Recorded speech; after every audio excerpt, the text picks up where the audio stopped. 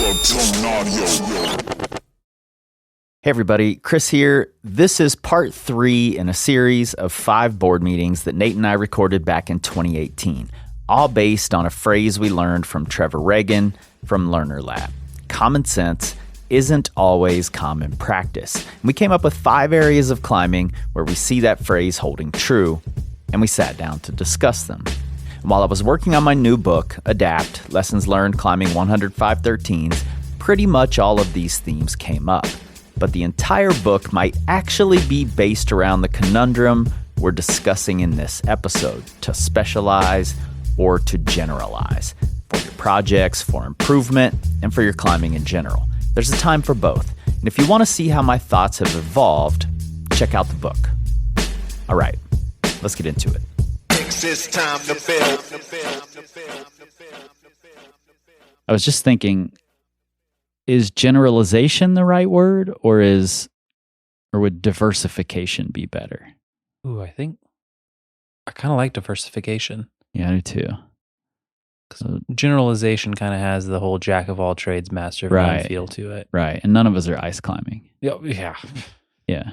So diversification. Yes. In all rock climbing styles and beyond. We'll talk about beyond too. And actually, this is kind of a big topic in the world of training kids. Like, it's a massive topic now that people early specialization in sport. Yeah. And it's funny, it feels like people are arguing about it, but they're all kind of saying the same thing. So I don't know if they're actually arguing. I mean, I think that honestly goes right back to common practice versus common sense. Like, anyone who is speaking about it is saying early specialization in sport is detrimental to kids. Yeah. On pretty much all sports. Yeah. And for a lot of reasons. Yes, for lots of reasons. There are very few exceptions, like women's gymnastics, where they have, their performance window is when they're 13. Yes. They peak by 15. Right. And that's the end. Like, okay, you got to specialize early because the career's over so soon. And even then, I don't think anyone's arguing that it's still detrimental. Still detrimental to them as humans. Yeah, when you have low back stress fractures at 16 years old. Yeah, totally. And those not only are kids specifically, and I don't want to talk too much about kids in general, but not only are kids more at risk of injury and risk of burnout when they're specializing really early, but study after study has shown that they have a better chance of being more athletic and performing better in their sports if they don't specialize early. Mm-hmm. Multi-sport athletes. Right, exactly. So I think that is a really great case for adults diversifying as well. Mm-hmm. You're going to become more athletic if you do more different types of movement, and you risk not getting injured. And getting the most bang for your buck out of things. As far as, if you try and mine one single avenue for as much value as possible, then you're leaving a lot on the table. Yep. Yeah, totally. Are there times when you think specializing is a good idea? Yes. Like, definitely. I mean, if we're looking at the broad sense of, so specialization in a sport itself, if we were looking back at the youth example, means that you are spending more than 8 months of a year in that sport. That is what the technical term sport specialization means. Okay. Dan John argues that if once you specialize, if you're not, what he says is pretty much if you're not world class within, I think he said 3 years, then you're not going to be. Right. Which, some people might think of that as kind of a harsh truth. But he also says that's post specialization, which means, yeah, you may have been doing the sport for 10 years, but you're now saying, this is what my life is. This is what I'm doing. Right. And I'm all out. And so for some people, there is a time to go 100% full bore specialization, because that's what it's going to take for them to hit their peak in their youth. If you're in certain sports where being between 21 and 24 is the time, then yeah, specialization all the way. Yeah. I mean, don't wait till the dad bod shows up. Yeah. To try and specialize in bouldering. Not going to work for you. Mm-hmm. Yeah, I agree. And I think if you're, in Dan John's example, he's obviously talking about people who are professional athletes and have made that their life, their career. Climbers are a little bit different probably than most of his, the people that he coaches, because it's also a hobby. It's a a recreation. It's a lifestyle, to use the cliched word. So a lot of us know we're never going to be world class, and that's okay with us. Should we still be specializing? So this is tough with climbing because, it's kind of multifaceted. One, it's really easy to overdo climbing. And the reason for that is it's fun. Like, man, if I could climb 7 days a week, I would. Like, I am jealous when I hear about Alex Magos going sport climbing hard for like 25 days in a row and then, climbing like 2 9As on day 26. I'm like, that's Right. awesome. I would fully settle to pull back an entire number grade if I could do the same thing. Like, that would be rad. You don't have to be jealous of his yellow shirt anymore, though. I've got my Magos shirt. Got your Magos and he knows shirt. it. I'm on him. I could see the jealousy in his face when he saw your yellow shirt. He was envious. He saw the Power Company logo. Yeah, and he was like, all I've got's this Patagonia shirt. Yeah, and the other 7,000 that they've sent me. And so the other thing that's really tough, and this is where comparing other sports gets difficult, is, let's look at like football. If you look at something like that, a career doesn't last very long. Like an NFL career is, I think on average, like 4 or 5 years. It might not even be that long. Short. Super short. Yeah. You can, like, I won't say the body can withstand that, but like, if you try and take a career in the NFL and you were to try to span it out to be like, yeah, I'm a lifer when it comes to the NFL. I'm going to keep doing this till I'm in my 60s. Yeah. It's like, no, you're not. You're going to throw this football over that mountain. Yeah. But it's just like what we expect out of ourselves from climbing. Like, I'm going to climb year round until I die. Like, that is what a lot of people want to do. Right. Totally. It's like no other sport does the sport year round, much less do they try and keep continually pushing their limits into older age. So that's hard. Like, it's really hard demand on your body, and gets a double whammy if it's a lot of fun. So I think specialization, like over specialization in climbing itself, can be detrimental in the long run. What do you mean by over specialization? I think if you try to perform in one specific facet, or if you try to develop a single facet too much. So this could be anything from developing finger strength to like just bouldering on crimps, or just picking one specific thing. Like if you tried to just do endurance routes year round, at max level for like, X amount of years, like you're going to blow up your elbows, your shoulders. Yep, totally. Regardless of what it is, too much of anything is a bad thing. Do you think you should ever specialize for a short time for any reason? Totally. Okay. Yeah. If you've got a goal and that's what it takes, like get it done. Yeah. Yeah. I agree completely. What does diversification look like in rock climbing? Does that mean, or does it mean all the things? Trad climbing? It should never look like trad climbing. No, actually, I think it should. I think that is an important part of climbing, and I think everyone can learn a lot from it. Since you brought it up, though, we're just going to go ahead and go there. I do think trad climbers are the most susceptible to specializing. I'd agree with that. And at least in the three major, bouldering, sport climbing, trad climbing. Disciplines. Yeah, of those three disciplines, I think trad climbers are the most susceptible to this problem. And I don't know exactly why it is. For me, it was a strange ethical immaturity, I guess, who was just very close-minded, and that led to being strictly a crack climber, like face holds are off, literally. Oh man. And that just led to me getting really, really weak at rock climbing.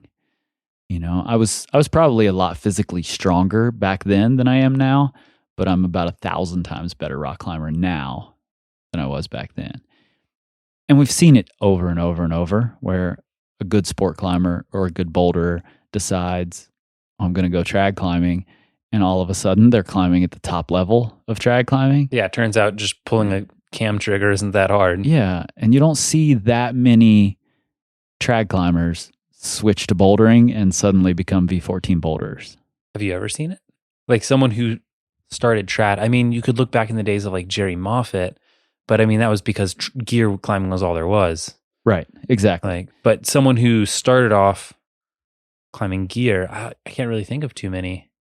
There aren't too many, especially nowadays. Yeah. When it was part of the natural progression of this is all we have, now we have the availability of we're learning what bouldering is and bolts are getting put in, then it makes sense. Mm-hmm. But nowadays, crack climbers becoming master boulderers or climbing 515 sport after they've climbed hard trad, I don't see it happening all that often. Maybe it has. Yeah. I don't know. I don't know what Nick Berry started as, if he started as a gear climber. Yeah, I don't know either. I don't know enough about Nick's background, but he's as he's diversified, or as it seems that he's diversified in recent years, he's gotten stronger.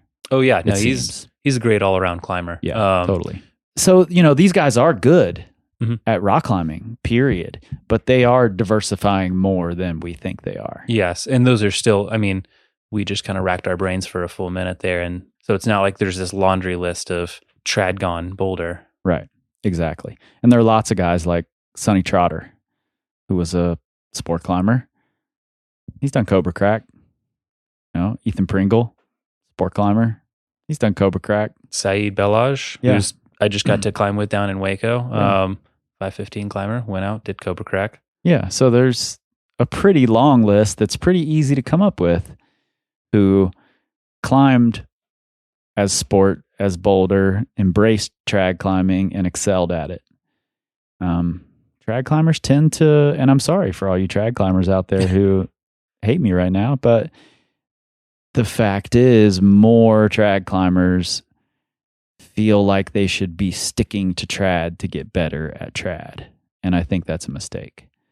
I've gone back and climbed 12 plus 13 minus trad in a couple of tries since I became a better sport climber.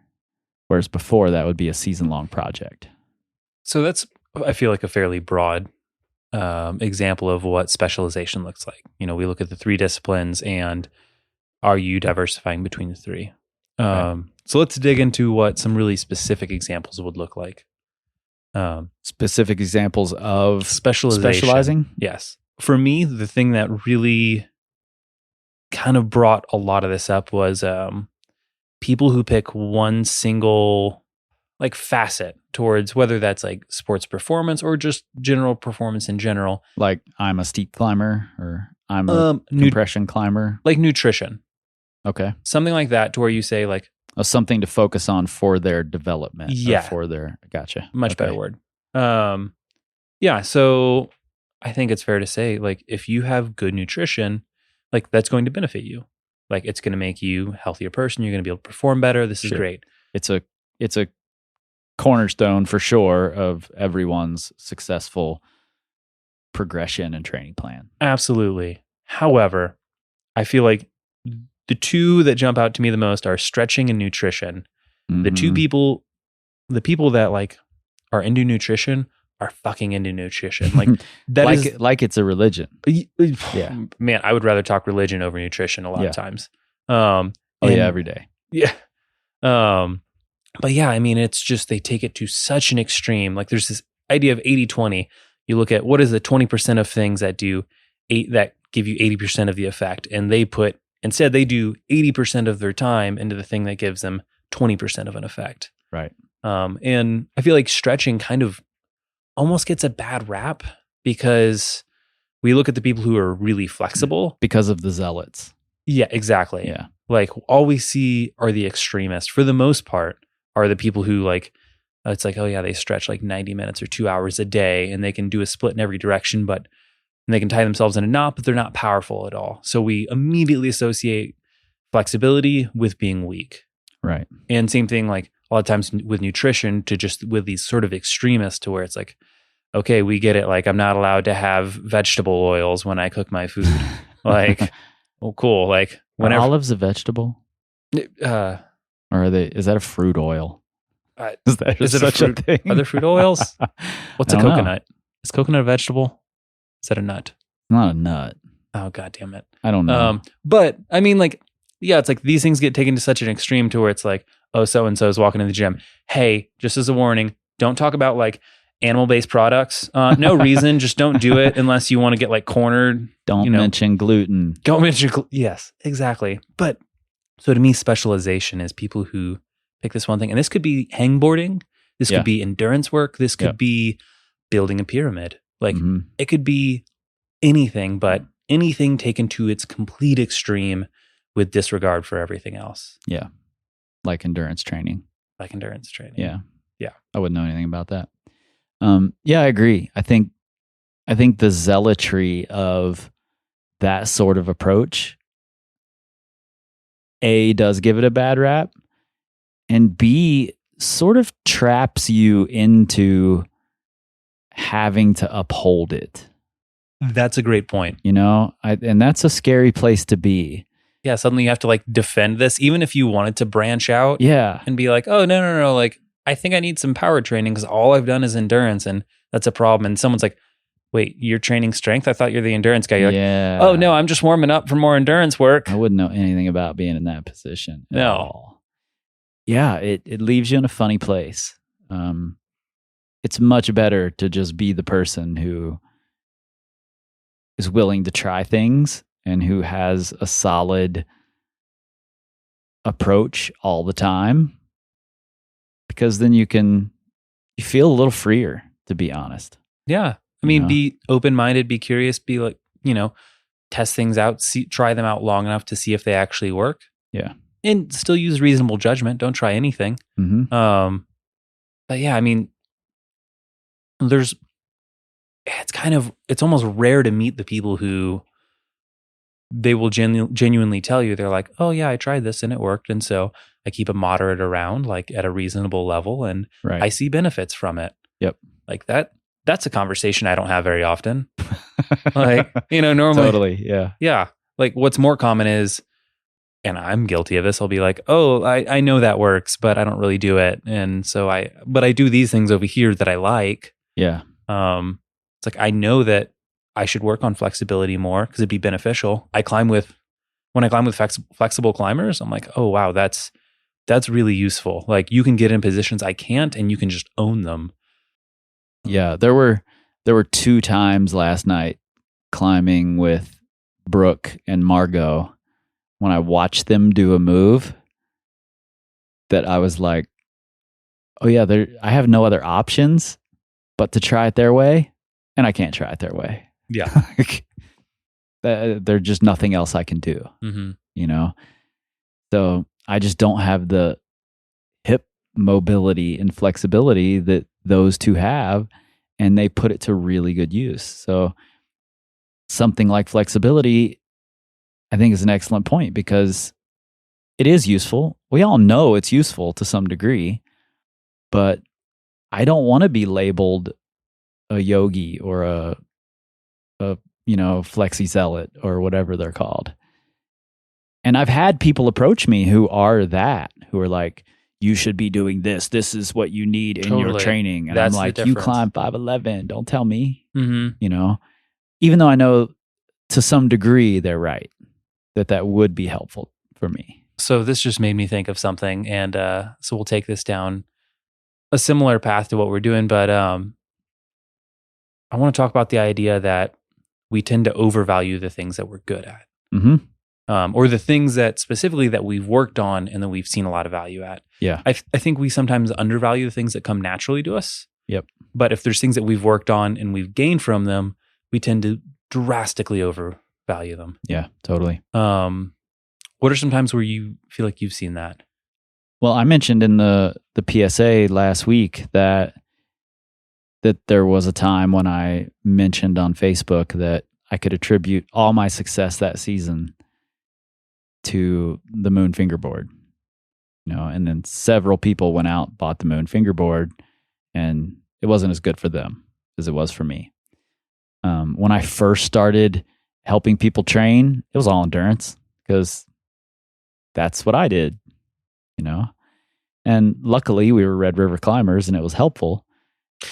and luckily, I realized the error in my ways within the first year or two of working with other people.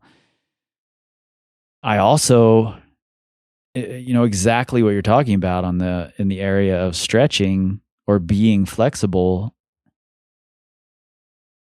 So many of the people who are already flexible really overvalue it and believe that this is the way. And I heard someone once say, if you go into a yoga class, everyone in there who's already flexible is sitting in straddles, And that's the one thing they don't need to be doing. They're already super flexible there. Why are they doing it? They might have horrible shoulder mobility. They should be working on that. But even though they're in a class where the purpose is to become more flexible, they still want to do the thing that's already easy for them. Totally. And I think that's the case almost across the board, far too often. How do you become the best climber you can be? You dream big. You plan your trip and pack your bag. You get on the climb. You try. You make mistakes. You adjust. You fall off and pull back on and fall off again. You care enough to ask why. You learn. You adapt over and over again. In my new book, Adapt, Lessons Learned Climbing 105.13s, I dig deep into not only the decisions made, hurdles confronted, and lessons learned, but also the life situations and experiences that led me there. I tell the story of how this big goal came to be and how I reached it on the morning of my 50th birthday. Whether you're a weekend warrior, like I was for most of my climbing career, or a full-time climber trying to push your limits over the long term, this book will help you learn the important lessons without making the same mistakes that I did. PowerCompanyClimbing.com/adapt, or the link is right there in your show notes. As an example, for people who have like naturally strong fingers, they're like, oh, finger strength doesn't mean anything. It's just about being powerful. Right. But there are people who like develop finger strength by a lot of hangboarding, and they will tell you that's the only way forward. Yep. Alex Magos, another example that I used in the PSA. He said, antagonist training, that's the best climbing tip you could ever have. Yeah. Which when you are as animalistically strong as he is, like he probably has to do a decent bit of antagonist just to balance everything out. And he has for a long time. Yeah. He's a well-rounded, well-oiled machine. Mm-hmm. In a yellow shirt. But not the only yellow shirt. Yellow lightning. Oh my God. Yes. So as an example, there's a photo that Daniel Woods posted on Instagram of him doing the crux move on realization, the red point move. Yep. And it's a stab into a pocket. And I remember when I first saw this, it just jumped out at me so much. But here's the caption: the move, accuracy, conditions, body tension, finger strength, one arm power, all needed to be at 100% to make this possible. Sounds like a Daniel Woods description. Yes. So the thing is, do you think Margot Hayes has stronger one arm power, stronger body tension, better finger strength than Daniel Woods? Yeah. Few people in the world have better than that. Right. But it's this idea of really overvaluing your strength and saying like, well, clearly this is what I need. I just need to be able to pull a lot harder. Right. Not to throw Daniel under the bus. It's something we're all guilty of. But that was absolutely, to me, a very obvious example. No, I think that's a really good example, actually. I wonder what you were furiously scrolling through your phone for. Tinder.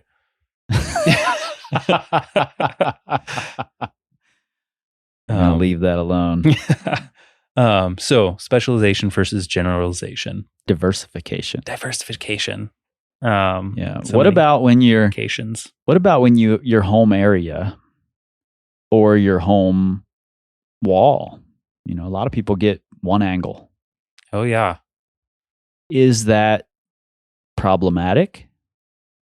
Is there a way to avoid that other than building an adjustable tension board? I mean, if you can't have perfection. But if your home area is one cliff, if all you have to climb on 8 months of the year, 9 months of the year is vertical granite. I say you got a pretty awesome season if you're getting 9 months out of it. I wouldn't even complain at that point. It depends what your goals are. If your goals are if you never want to leave that stretch of rock, yep, then maybe that's not such a bad thing. Like, I still think there's a lot to be gained from other styles. Like, I learned a lot about how to climb on sandstone by going to Smith or by climbing the monastery, which is granite. Like, and you can definitely take a lot from different styles. To kind of reverse segue, because last time we were talking about the pyramid, but if you build a pyramid all from one single style or one location, yeah, that's still specialization. And you see this all the time. You see people who, they only climb at one area, or even when they travel, they only climb one style. Like, they can just crush some vert crimps, that's a very common style to be specialized in. Like this technical slight overhang, anywhere from like 5 to 20 degrees overhanging. 20 degrees kind of steep for them. Like 5 to 15 degrees overhanging, crimp climbs. And there's a lot of people who just specialize in that, and there's enough rock out there to where you can just keep kind of doing that and never really expand beyond it. But, and so it depends. Like, is that all you ever want to be good at? Right. Like, you can take it for a while. Like, Segrist used to be very much, that was his sole style.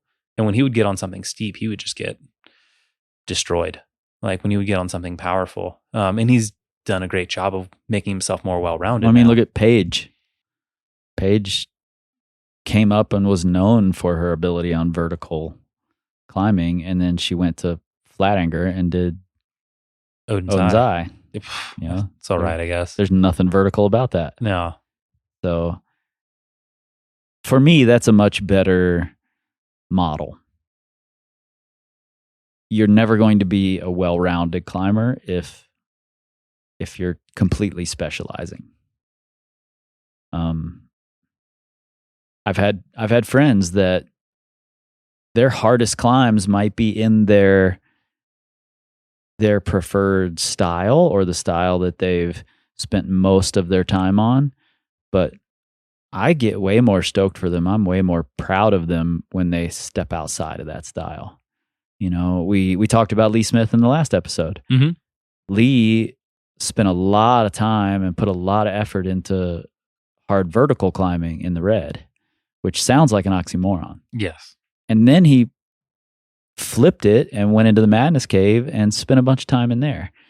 And I thought that's what growth looks like. He did a lot of the things he wanted to do in a specific area, and then he expanded.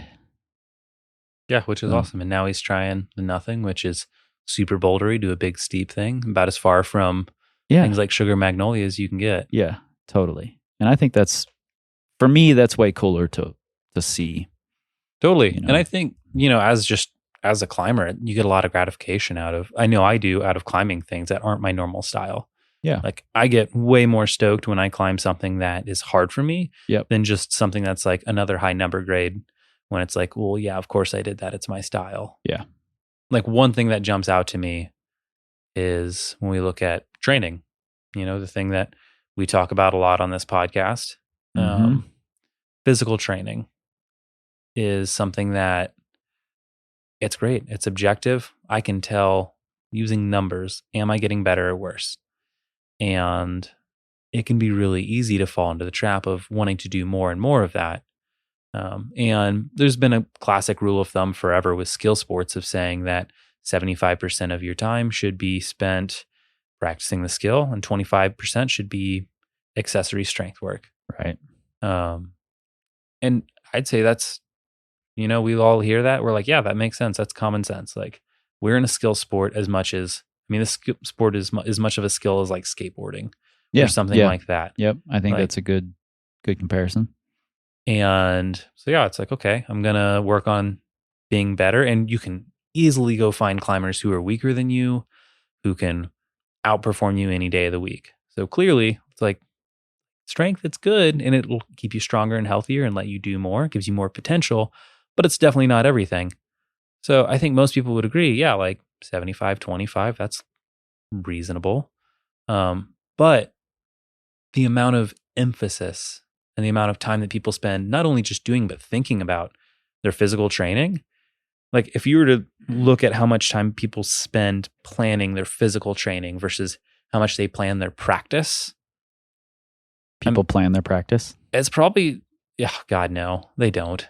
It hurts my feelings. It's probably like 95-5, like 95%. Yeah.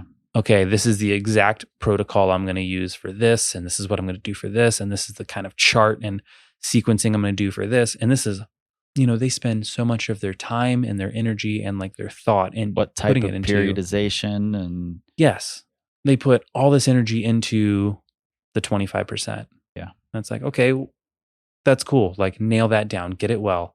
Then let's worry about the other 75%. Yeah, but that rarely happens. And I think you're right there. And I've thought about this for a long time. I've got several climbing partners and friends who I think their biggest glaring weaknesses are that they need to spend more time on their practice. They're pretty damn good at working out. Some people are amazing at working out. Yeah, they're really good at it. But then they can't take all that strength that they've developed and apply it. Mm-hmm. And that requires concentrated effort to learn how to do. It takes practice to learn how to do it. Every other sport on the planet does it. For some reason, we think we go in, we deadlift 2 times body weight, and it just automatically applies. I suddenly have body tension. Yeah. My feet just know what to do with all that extra strength. And that's not the case. And I think it's a bit of a epidemic is too strong a word, but plague, maybe not strong enough. The scourge of no, I think that talking, climbing, training through the years, no one has come up with a good way to talk about practice. You can go back as far as you want. You can look in as many places as you want, and the smartest, best coaches and trainers are saying, practice your technique.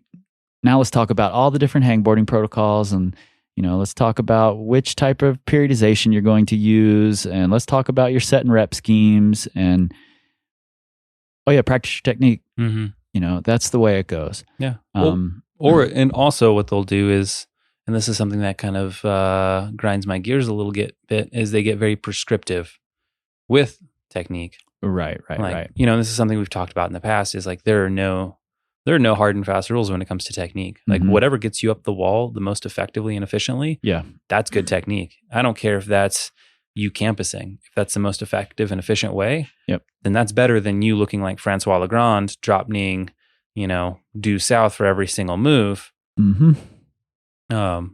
There's straight arming and twisting through every single move. That's not good technique. That right. For some things it is. Yep. But Totally. for a lot of times it's terrible technique. Yep.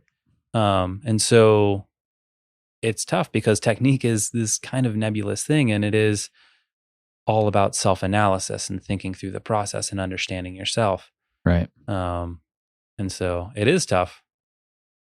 Yeah. I mean, we've these will probably be like the 100th hour of podcasting. And, we've been struggling with this, how to convey it, how to communicate it, and how to get the point across. And we still have difficulty with it, and you and I have spent a lot more than the 100 hours that this podcast has. Oh yeah.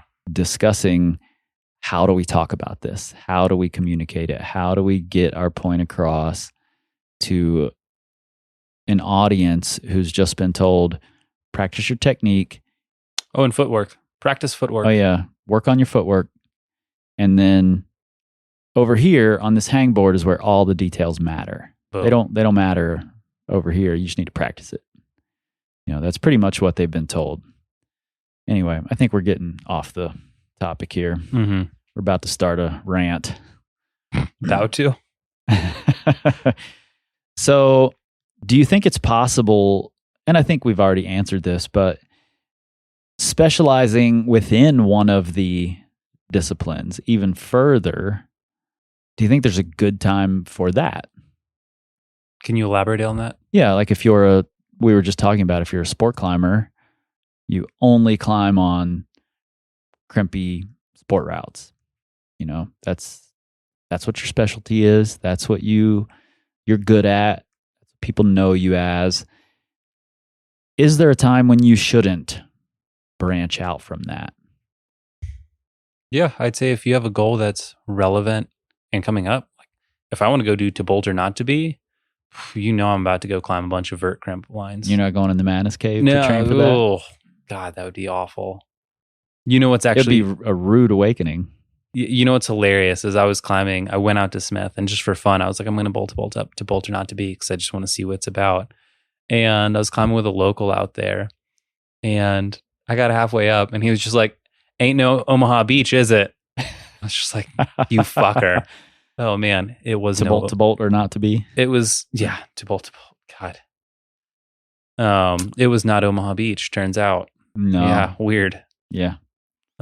So yeah, if you have something that's very specific, if I'm going to go to Vorlapsy and go climb speed, like, yeah, I'm going to be climbing all the vert crimps. Yeah, I had a client a while ago who, in their consultation form, straight up said, "I have zero interest in ever climbing hard on vertical terrain or on slabby terrain, so I don't want to do it at all."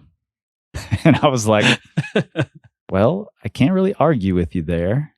However, there's going to come a day when you get through the 13 plus crux of your steep project and you fall off the 512 slab finish, and you're going to be really pissed off that you didn't spend any time climbing on vert. Oh man, I have a friend who's going to be so sad to hear that. A buddy of mine, Chad, recently was like, "So Nate," like in all comp, like, yeah, he's just like, seriously, how much should I care about slab? Like, I mean, I can do it. I get it. I can slab climb. It's a thing. But do I have to work on it? And I was like, I don't know. I mean, how often do you come across slab cruxes on your projects? Like, do they stop you? He's like, I mean, no, but I think it's a thing, right? Slab's a thing. And I was like, and I mean, and the thing is that it's tough is slab in the gym is very different from slab outside. Yeah, slab in the gym is like weird slopers and like Yeah. a good hard slab from outside would be just a horrible, terrible thing. In the gym, it's like, oh, Yeah. cool, I'm going to like fingernail crimp my way up this thing. Like people would be pissed. So yeah, it's one of those things like, how much time do you really need to put in? Like if you're going to the VRG and you need to go climb like 15-foot runouts on slab where all you can hear is like I-75 traffic, maybe dial in that slab technique a little bit. Yeah. Work those shadow matches. Yeah, and that's the thing. I certainly wouldn't say we should totally diversify and, you have no interest in vertical or slabby climbing. However, we should be doing everything. You should be trying finger cracks and off-wit. I would never tell anyone to go do off-wits, no. But you should be diversifying completely. I would never say that, but I also understand that his goals it's going to be very tough to find the goals that are only steep climbing. Mm-hmm. You know, you look at Ghost Dance in the Sweat Lodge, which is a hard steep climb, and then you turn that lip, A little bit of red point crux up and there. it's kind of heady up there. The clip is hard. It's Slab rock vertical, over, slabby. kinda. Yeah, it's not. You're not very comfortable. Mm-hmm. And when I did that rock climb, I was very nervous of falling up there. You know, luckily I had enough experience on run out, scary, vertical, slabby climbing that I could keep it together. But if you were pumped up there and didn't keep it together, that may be the spot where you can never get past. Oh, that'd be so sad. And that would suck Yeah. to fall off the 12A finish of your 13C project. Mm-hmm.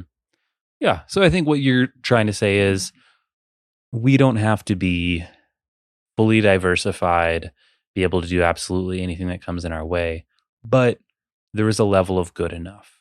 Yep.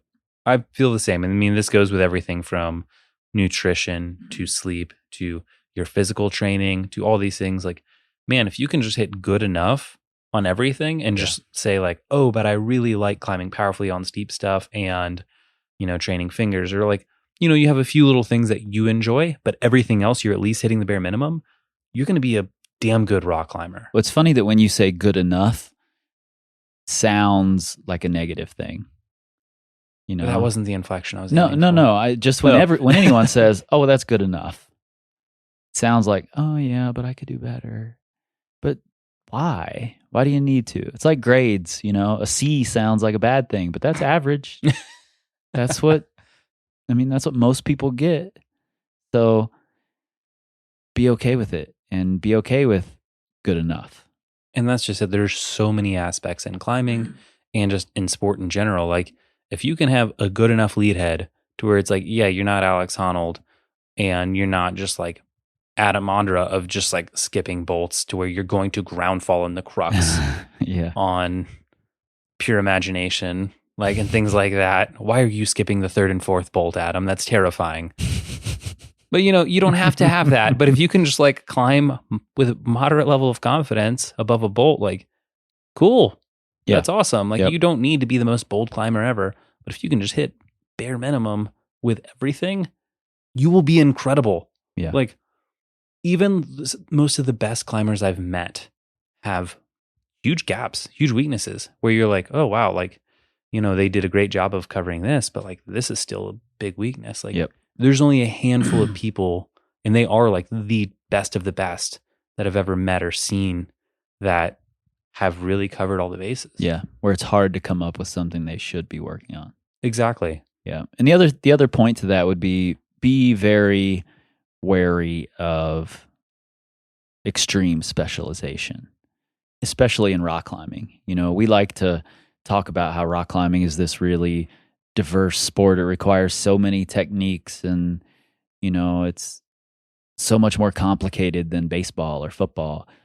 But then you want to, oh, I only climb steep crimps. You know, well, someday you're going to get hit with a sloper, and you're going to be like, well, if that sloper wasn't there, I could do this. But the sloper's there, so you're fucked. And you can't have it both ways. You can't have rock climbing being this super complicated sport that you love, and also, I'm only going to focus on one thing and be a good rock climber. Yeah, I mean, if I have strong hands and if everything feels like a jug, then it's all going to be easy. It's like, let me just go ahead and say that is a giant fallacy. Like, great example. 2 years ago, I was climbing in the park with Jonathan Segrist, and we had gone up to a boulder up in like super upper chaos, and then we're hiking down, and I was like, oh, I want to go check out this thing called Eternia. And we both go to it, and we're looking at it, and it's like this big 25-foot roof, and I kind of look at him, he looks at me, and we're like, okay, we're just going to both flash this thing and get going, I guess, because it's jugs. It's a V11 roof. Every single hold on it is a jug. Mm-hmm. Like, and we were just like, yeah, okay, cool. Like, guess we'll just do this. They're all pretty much all underclings. It's remarkable that you can climb 25 feet of roof undercling. Right.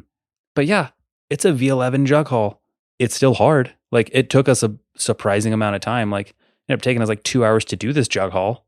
Right. But I mean, that's very common. Like, you can go climb like V10, V11, V12, climbing on enormous holds. Pretty good holds. Yeah. Yeah. It's like hand strength is not the limiting factor when you're on something like this. Yep. And man, you see it all the time. Like, I'm not a fan of throwing out absolutes, but like if you can one arm dead hang a one pad edge for 5 seconds and you don't climb V10, you're good. Like, go rock climb, learn how to move. Yep. Like, you've got that box checked. Yeah. You don't need to worry about training your finger strength anymore. Yeah. Like, and that's just it. Like, and that's an oversimplification of saying Totally. that what makes a good rock climber is strong fingers, strong core, and a strong shoulders. Like, man, I've met people with all three of those who are garbage rock climbers. And I've met people who have none of those. Absolutely. Who could just climb circles around any of us. Yep. Totally. Yeah. It's a complicated sport. So you might as well diversify. Yeah. I think at least to some degree, that's a really smart way to approach things. And what about in your training? How much should you be diversifying in your training, in your opinion? And I know that's a really, really broad question, but if you have a big goal, should all of your training be geared toward that goal? Oh, I see where you're going with this. No. Like, so this is definitely something that I'm curious where I'm going with this too. I mean, I'll let you know where you're going. So, early specialization in a project, I think, is a massive misstep that people take. Like, they're like, oh man, I want to get my first V6, or not even that. I want to get my first V11. I'm going to have a trainer. Everything I do is going to be set for this exact thing. It's like they're trying to be like Adamandra on silence. Like, okay, I need, like, because he talked about it. He had to train his obliques specially. He needed to. Yeah, it's an incredible video watching him do that stuff. Yeah. And then it's like, oh, wait, he did like 55 15s before he did that. Right. And over 100 routes 9A and harder on his way to get 49 15s. 49 15s. Yeah. I said almost 50. But I mean, he's what? I think he's done like something like close to 800 514s. I think it was 6 something. Oh, I'm sorry. Well, he's only done the like, numbers here somewhere. He's done only like 600 only 14s. Step it up. So what I'm saying is he's earned the right to specialize. Right. Like, it's for the hardest rock climb in the world. Yes. He is allowed to prioritize calf training. Like, I'm going to fucking throttle someone the next time I read do calf training on like Facebook or Instagram. Because I've read it like 15 times in the last year since, like, he said that, oh, Klaus told me I should be doing specialized calf training for these knee bars. Oh, man. And it's like, I don't think you need to do specialized calf training for your like 13C project. Like, that's probably not what's holding you back. Right. So specialization, I think, to a degree, if you're going to climb steep slopers, climb some steep slopers. Yeah. But I don't think you need to make everything identical to what you're going to project. Also, that's a really easy way to overtrain. Totally. I mean, it's the same flaw that a lot of people have when they pick one project outside. They only go to it. It's like, oh, it has like a really hard shoulder move. It's like, well, suddenly your shoulder is only doing that move all the time. There's a good chance it's going to get hurt. Yeah. Yeah. Even on something like 4x4s or power endurance work, which is often one of the last things people are doing before it's performance time. Mm-hmm. Even in those cases, I'm like, 2 of your problems should probably be similar to what you're planning on climbing on soon. But you don't have to set a simulator and, a simulator for the bottom, a simulator for the middle, a simulator for the top. And, you don't have to do all that. What you need, your body has no idea that you're doing the same moves or not when it's developing these physical attributes.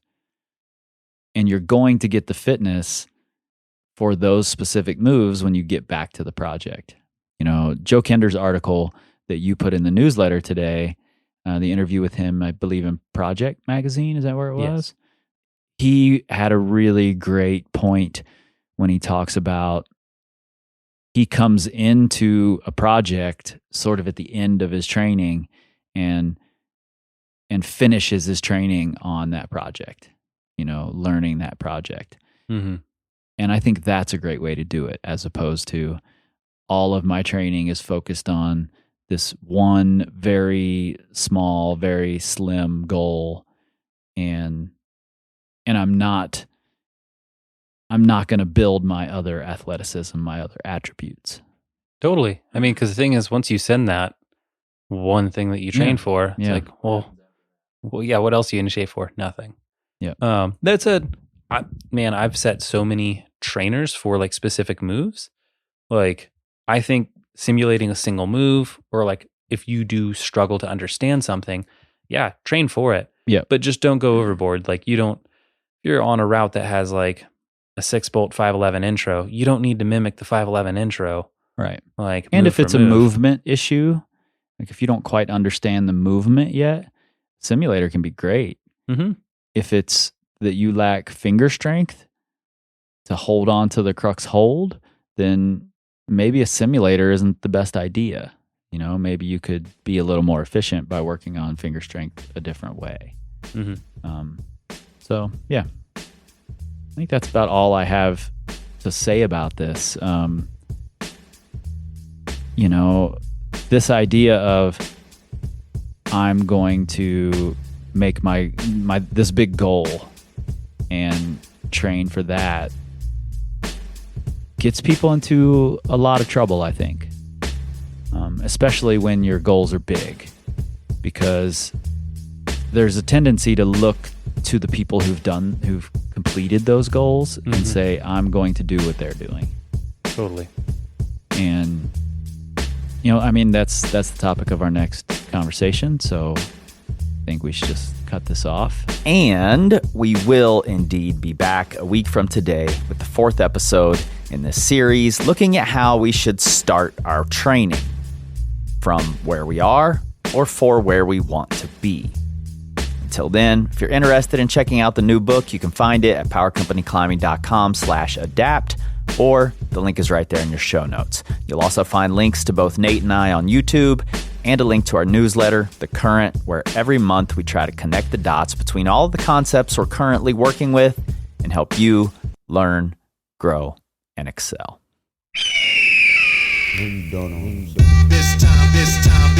This time, exercise time to build. This time to build. This time to build. This time to build. This time to build. This time to build. This time to build. This time.